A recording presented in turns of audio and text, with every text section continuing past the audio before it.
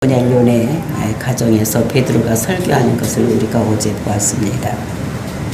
베드로는 고넬료가 자기를 초청한 이유와 목적을 들었습니다. 그리고 그 목적과 이유를 들은 그 베드로는 자기가 본 환상의 의미도 깨닫고 비록 이방인이라고 할지라도 하나님 백성에게는 복음을 전해야 한다는 걸 강력하게 느끼고 이제 그 고넬료네 가정에서 복음을 전하게 됩니다. 다른 설교들과 마찬가지로 베드로가 설교를 했습니다. 복음의 핵심인 예수는 그리스도라고 그를 전하는 것입니다. 우리가 설교는 입을 열면 해야 되는 것이 뭐냐면 예수는 그리스도라고 전해야 되는 것을. 그래서 이제 즉 화평의 복음을 전했습니다. 그 화평을 복음을 전하기 위해서 예수님은 그 예수님이 자기가 자기 자의대로 모든 일을 하는 것이 아니라 성령과 능력을 기름부터 부어 받아서 그리고 하나님의 아들로서 치유를 행하고 그리고 생명의 주인이 되셨다는 것을 말씀을 드렸습니다.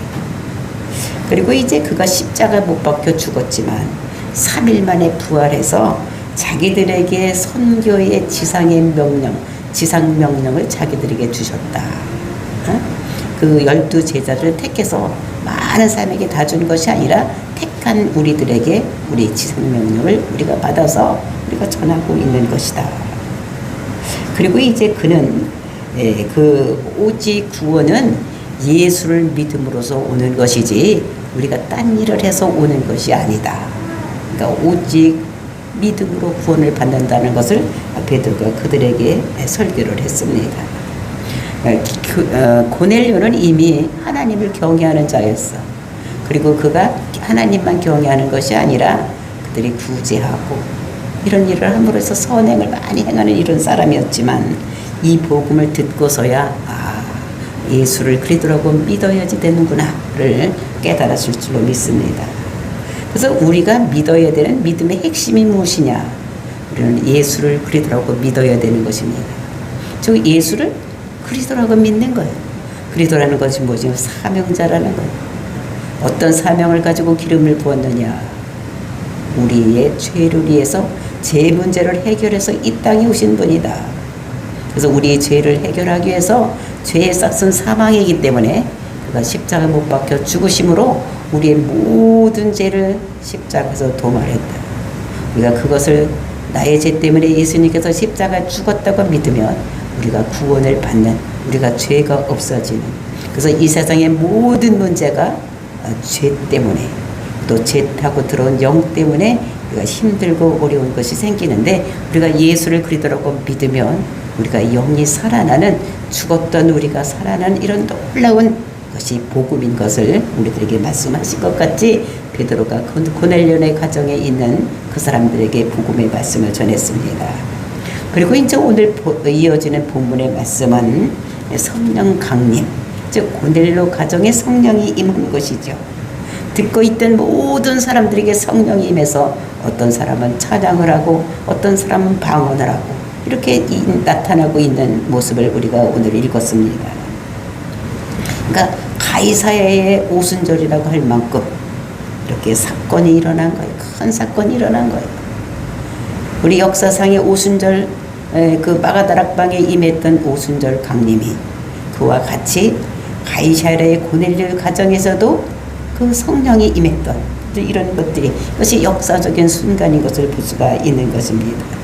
그러니까 마가다락방의 성령 강림은 유대인 믿는 자들에게 임했다고 한다면 이제 가이사라의 고넬료네 가정에 임했던 성령님은 이제 이방인에게 성령이 임한 것이다. 그러니까 유대인과 다름이 없이 이방인에게도 성령이 임한다는 것을 우리가 알 수가 있는 것입니다. 베드로가 이것을 보고 놀랐다고 했습니다. 정말로 유대인만 하나님이고 유대인에게 기도할 때만 나타나는 성령님인지 알았더니 이방인에게도 또 기도할 때만 나타나는 줄 알았더니 이것이 아니라 어떨 때 나타나느냐? 말씀을 전하는 데 나타났습니다. 빌립이 세운 교회에 가서, 사마리아 교회에 가서도 이게 안수를 했어. 그럴 때 성령이 임했는데 이 고넬료네 가정에서는 그냥 말씀 전하는데 하나님이 급하셨든지 하여튼 모든 사람들에게 다 임하는 성령의 충만함을 받는 이런 놀라운 역사를 보면서 이 사도 베드로도 놀랐던 이런 모습을 우리가 볼 수가 있습니다. 이것을 보면서 또 거기에는 같이 방언도 하는 사람도 있고 찬양도 하는 사람도 있고 막 이런 것을 보면서 성령 강림이 한 가지로는 나타나는 것이 아니라 동시다발적으로 다양하게 나타난다는 것을 베드로도 깨닫게 되는 이런 모습을 보면서 우리가 정말 나에게 나타나는 성령님만이 진짜라고 고집하는 것이 아니라 성령님은 다양하게 나타난다는 것을 우리가 알아야지 되는 것입니다. 그리고 이것의 세례를 받기 전에도 성령님이 나타나는, 성령이 임한다는 것을 우리가 알아야지 되는 것입니다. 우리는 교회에 오면 예수 믿겠다고 해서 물세례를 주는 것, 그거는 믿겠다는 표시요. 그런 하나님 앞에서 또는 사람들 앞에서 나 자신에게 대해서 내가 이제 예수를 나의 구세주라고 믿겠다는 외적인 표시입니다. 그런데 성령의 임재는, 성령이 임하는 것은 이거는 내적인 것을 보면서 정말로 이 물세례 없어도 하나님께서는 성령을 부어주시는구나, 이런 걸 깨달은 것입니다. 그러니까 세례는 어떤 사람은 물세례를 먼저 받고 성령 세례를 받는 사람이 있는가 하면 어떤 사람은 성령 세례를 먼저 받고 물세례를 받을 수 있는 것 같이 여기서 보니까 물세례를 이 성령 충만한 이순사들에게 베드로가 성령 세례 받은 자들에게 물세례를 주는 모습을 볼 수가 있는 것입니다. 그러니까 물세례 없어도 성령 세례가 부어지는구나.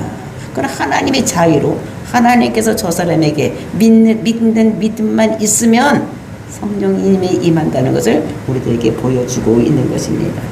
이것으로 인해서 정말로 하나님 나라는 유대인에게만 있는 것이 아니라 유대인이나 이방이나 가릴 것 없이 각 나라의 믿는 자들에게는 다 하나님께서 그들을 백성으로 받으신다는 것을 우리들에게 말씀을 주시고 있는 것입니다.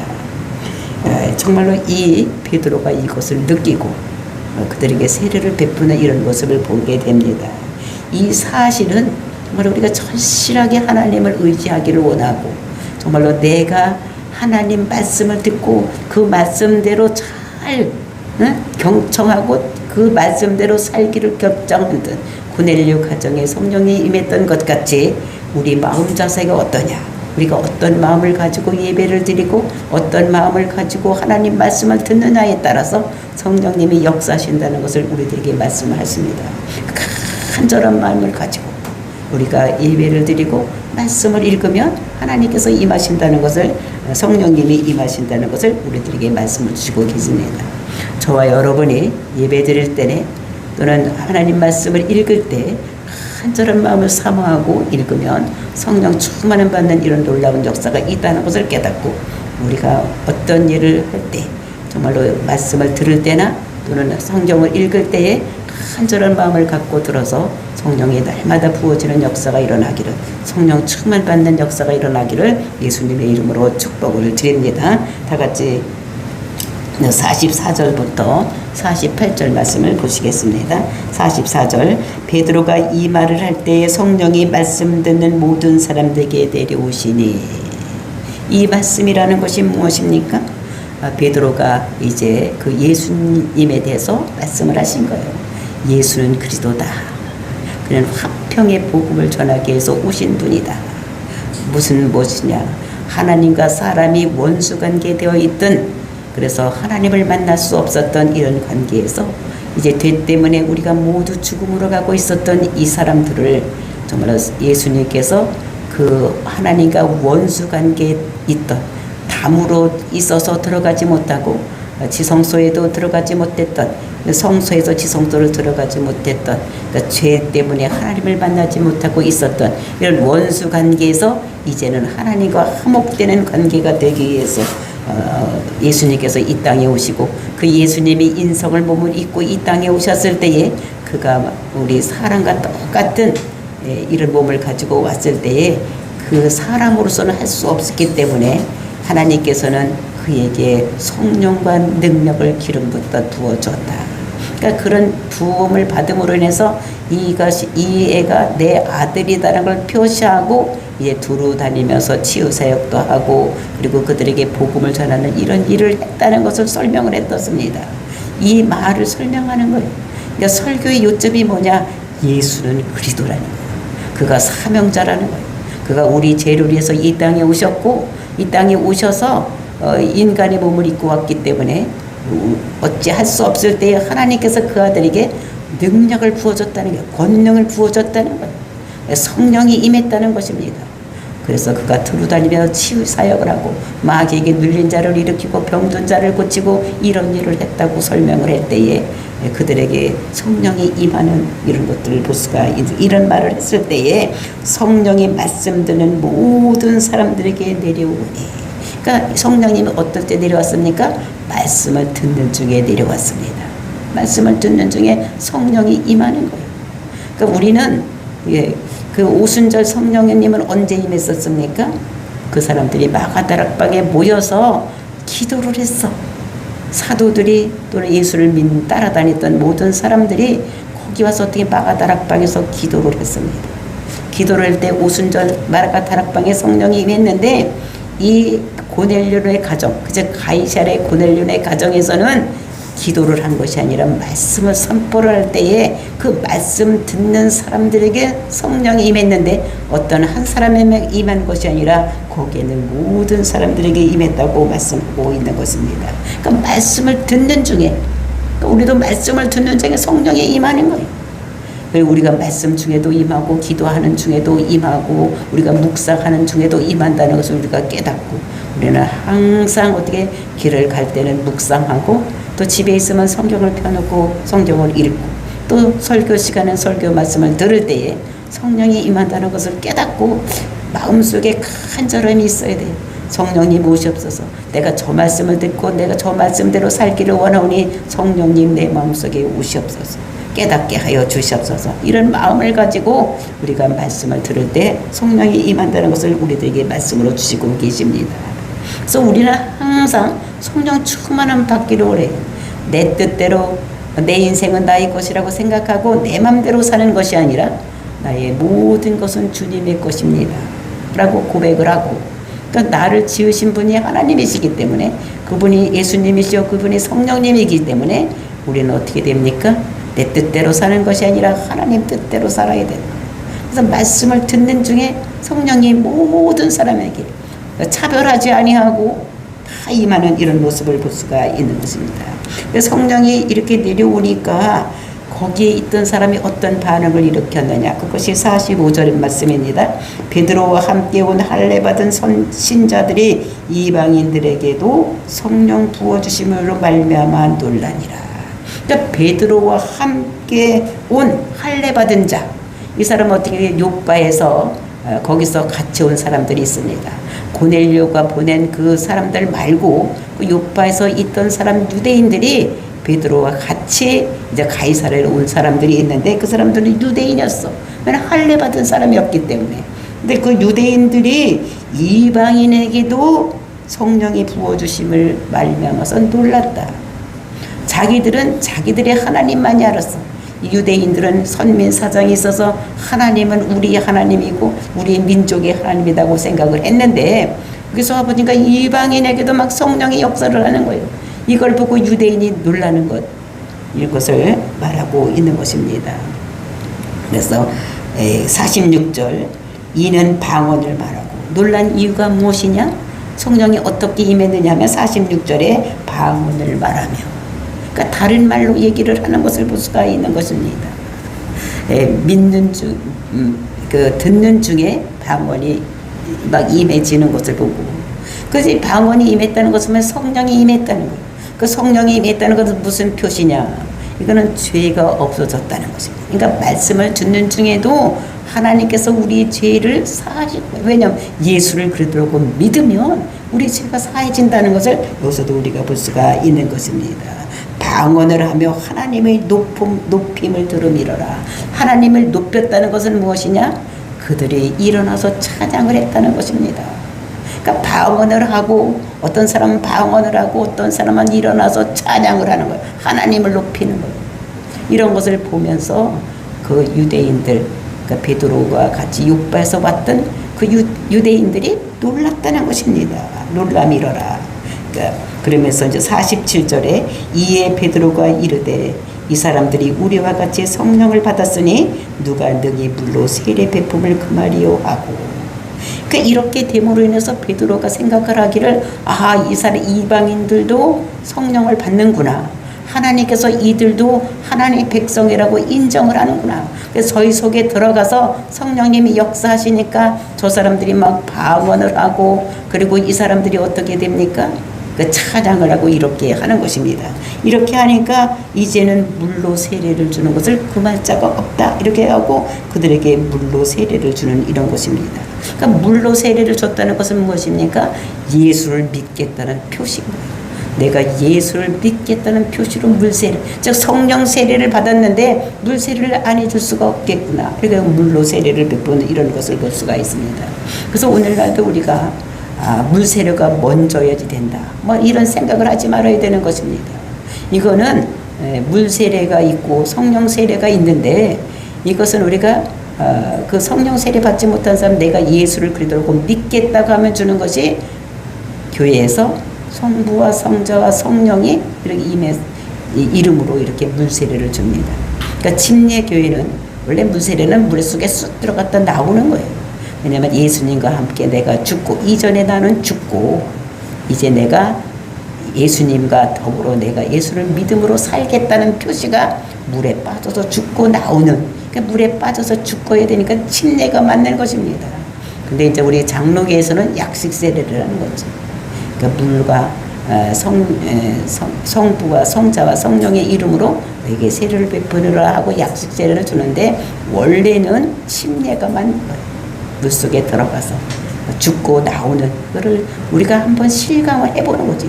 몸으로 체험을 하는 것입니다. 내가 이렇게 나의 옛사람은 죽고 이제 예수 그리스도와 함께 내가 살아난다. 이런 것들을 하나님 앞에서 또는 모든 성도들 앞에서 내 자신에게 내가 결심하는 것이 물세례인 것을 볼 수가 있습니다. 근데 성령 세례는 죄사함을 받은 자들에게 성령님이 함께 한다는 것을 표시로 내가 하는 것이 아니라 하나님께서 주시는 것입니다. 그래서 우리는 성령 세례를 받아야 돼. 그래서 죄사함의 표시로 성령이 우리 속에 들어오는 이런 것들을 말씀하고 있는 거지. 그래서 베드로가 그들이 성령 세례를 받았으니까 물 세례를 금할 수가 없겠구나 이렇게 생각을 하고 48절 보니까 명하여 예수의 그리스도의 이름으로 세례를 베풀라 하니라. 그래서 예수의 그리스도의 이름으로 세례를 베풀라고 하니라 이렇게 말씀하고 있습니다. 자기가 내가 이제 예수 그리스도의 이름으로 세례를 줘야 되겠다 이렇게 하는 것이 아니라 거기 있는 사람들에게 세례를 베풀어라 이렇게 얘기를 했다는 것입니다. 이것을 보면서 우리가 어떤 생각을 해야 되느냐. 우리는 세례 그러면 이게 목사님이 해야 되는 거라고 생각을 하고 있습니다. 근데 그 고넬료의 가정에 지금 여러분들 한번 생각을 해보세요. 몇 사람이나 모였겠습니까? 응? 거기 고넬료의 가정에 몇 사람 모였을 것 같아요? 생각해봐. 고넬료의 가족, 친척, 그 다음에 친구들 모였어도 아무리 많아도 50명은 넘지 않았을 것 같아요. 10명에서 한 30명 정도가 되지 않았을까. 근데 이런 생각을 10명은 넘었겠지. 한 20, 30명 됐겠죠. 그죠? 그래 30명 물세례를 주는 것을 베드로 혼자 할 수가 있어요? 없어요? 있어요. 혼자 할 수 있지. 물세례로 성부와 성자와 성령의 이름으로 세례를 베푸느라 이렇게 하면 되는 건데 뭐 30명 못하겠어? 근데 베드로가 다른 사람에게 어떻게 세례를 베풀라 하니라. 다른 사람에게 하라고 했던 것을 볼 수가 있어요. 그리고 우리가 마태복음에 보면 예수님께서 제자들에게 세례를 베풀라고 하지 자기가 모든 사람을 다 제서 세례를 베푸는 것이 아닌 것을 볼 수가 있어요. 그러니까 이 세례는 물세례는 목사의 고유 사역이 아니다라는 것을 알 수가 있어요. 그러니까 자기가 사람을 전도해서 예수를 그리스도라고 믿게 했으면 예수를 그리스도라고 믿는 표시로 물세례를 자기가 주는 거예요. 그리고 자기가 양육을 시켜서 신앙이 올바른 대로 올라갈 수 있도록 교육시키는 거고 이것이 우리가 해야 되는 것이지 이 무세례는 세례가 꼭 목사의 고유 사유라고 생각을 하면 안 되는 것입니다. 그래서 성경에서도 보면 성경적인 거예요, 이것이. 근데 오늘날은 우리나라는 어떻게 됩니까? 이 세례는 반드시 목사가 봐야 된다. 이렇게 생각을 하기 때문에 병원에서 아파서 죽어가는 사람이 예수를 그리스도라고 믿겠다고 하면 달려가서 목사님한테 목사님 여기 세례 받아야 세상에 와서 세례 달라고. 뭐 그게 나쁜 것은 아닙니다. 좋죠. 그런데 꼭 목사의 고유 사역이 아니다라는 것을 우리가 알고 자기가 전도해서 그리스도인으로 만들었으면 예수를 그리스도라고 마음에 믿었으면 그 사람에게 자기가 세례를 주는 거예요. 그리고 교회에 등록시키고 세례를 주는 거예요. 그리고 자기가 그 사람을 양육해서 자기와 같은 신앙이로 만들어 나가는 거. 이것이 우리가 오늘날 해야 될 것인 것을 우리가 알고 이것이 성경적이라는 것을 우리가 깨달아야 되는 것입니다. 그렇게 했더니 그들이 베드로에게 며칠 더 머물기를 청하니라. 그러니까 세례를 주고 막 설교를 하고 했더니 이거 한 번만으로는 안 되겠구나. 여기 더 며칠 더 머물러서 우리에게 정말로 예수는 그리스도라고 복음을 전하는 이런 것을 우리에게 해달라고 요구를 하고 며칠 더 머물러 있어 주십시오. 이렇게 청했던 것을 볼 수가 있는 것입니다. 그러니까 이렇게 청했을 때 이 베드로가 어떻게 쓸 것 같습니까? 성경에는 없어. 근데 거기에 며칠 더 머물면서 정말로 예수님에 대해서 그 화평의 복음에 대해서 많은 것을 가르쳐주고 이제는 그때 거기 고넬료네 가정에 그 친척과 그 다음에 친구들만 모였지만 그 소문을 많이 들은 사람들이 많이 모여서 가이사라의 복음이 전파되는 이런 놀라운 역사가 일어난 것을 우리가 믿어 의심치 않습니다.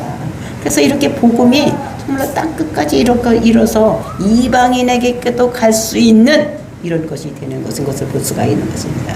그런데 이제 이 고넬료 가정에서 베드로가 세례를 베풀고 거기 가서 복음을 전했다는 이 소식이 전해짐으로 인해서 이제 예루살렘 교회에서 난리가 나는 것입니다. 왜 어떻게 네가 베드로가 이방인에 가서 복음을 전하느냐? 유대인의 복음을 왜 이방인에 가서 전하냐고 예루살렘 교회에서 난리가 나서 우리가 이제 15장 가서 보면 예루살렘 교회에서 종교회의를 여는 이런 것들을 볼 수가 있습니다.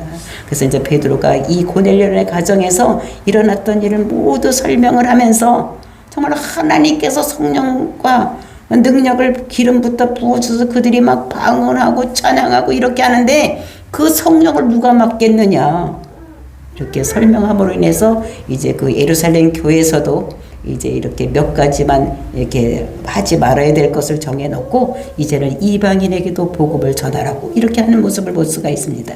이것이 하나님이 하시는 역사예요. 사도 바울을 이제 이방인의 선교사로 세워서 놨지만 그 바울도 또는 베드로도 어떻게 되냐면 이방인에게 가려고 하지 아니하고 유대인만을 고집하고 있는 거예요. 그러니까 바울도 어떻게 됩니까? 그 다메섹에서도 그 유대인의 회당에 들어가서만 복음을 전하는 거예요. 그러니까 막 죽이려고 하니까 쫓아와서 나오는데 또 어디로 가느냐? 예루살렘으로 가는 거예요. 또 예루살렘에 가서도 사도들 만나려고 하고 그 믿는 사람들을 만나고 유대인의 회당에 가서만 하니까 하나님께서 또 거기서도 죽이려고 해서 이 사람이 다소에 가는 이런 역사가 일어나는 것입니다. 이런 것을 보면서 우리가 우리끼리만 있겠다, 교회 안에만 있겠다고 하면 우리가 힘들고 어려운 일이 돼서 퍼질 수밖에 없는 이런 환경이 나타나게 하나님께서 만드시는 것, 하나님이 뜻하신 일은 하나님 반드시 이룬다는 것을 우리가 본문을 통해서도 볼 수가 있고 정말 이방인에게 하나님 뜻이 계신데 이제 천하 만민이 복받는 대로 돌아와야지 되는데 그것을 수용되지 않을 때는 하나님께서 역사하신다는 것을. 그래서 사도행전은 1장 8절이 요절입니다. 뭐냐면 너희들이 예루살렘과 유대와 사마리아 땅끝까지 이르러서 내 증인이 되라. 이런 것이 그래서 예루살렘 교회가 세워지고 그 다음에 이제 유대와 또 사마리 교회가 빌립을 위해서 또 여러 사람들 흩어진 사람들에 의해서 교회가 세워지고 이제 사마리아까지 갔으면 그 다음에 어디까지 가야 됩니까? 땅끝까지 가야 되는데 이 사람들이 유대 사상에 젖어 있는 거예요. 선민 사상에 젖어 있으니까 그것을 깨치는 이런 일을 하나님께서 고넬료의 가정을 통해서 이방인에게 신실한 믿음의 사람 고넬료 가정에서 성령의 역사가 일어남으로 인해서 이제 성령을 이방인에게까지도 전달되는 이런 기초를 이루는 것이 고넬료의 가정인 것을 우리가 보면서 정말로 우리들도 이것이 있었기 때문에 우리가 복음을 받아서 정말 우리가 예수를 그리스도라고 믿고 정말로 구원받는 역사가 일어난 것, 이것이 역사적인 사실인 것입니다. 이것을 우리는 나만 믿고 나만 구원받고 나만 하나님 백성으로 살아가고 기뻐할 것이 아니라 이제 아직도 하나님을 모르고 예수님을 모르는 사람들에게 복음을 전해서 그 사람들을 살려내는 이런 일이 우리의 사명인 것을 다시 한번 깨닫고 오늘도 나가서 복음을 전하고 어떤 일을 당하든지 그 사람들에게 복음을 전해서 뭐하는 사람들이 예수를 그리스도라고 믿는 이런 데 동참하는 저와 여러분이 되시기를 예수님의 이름으로 축원을 드립니다.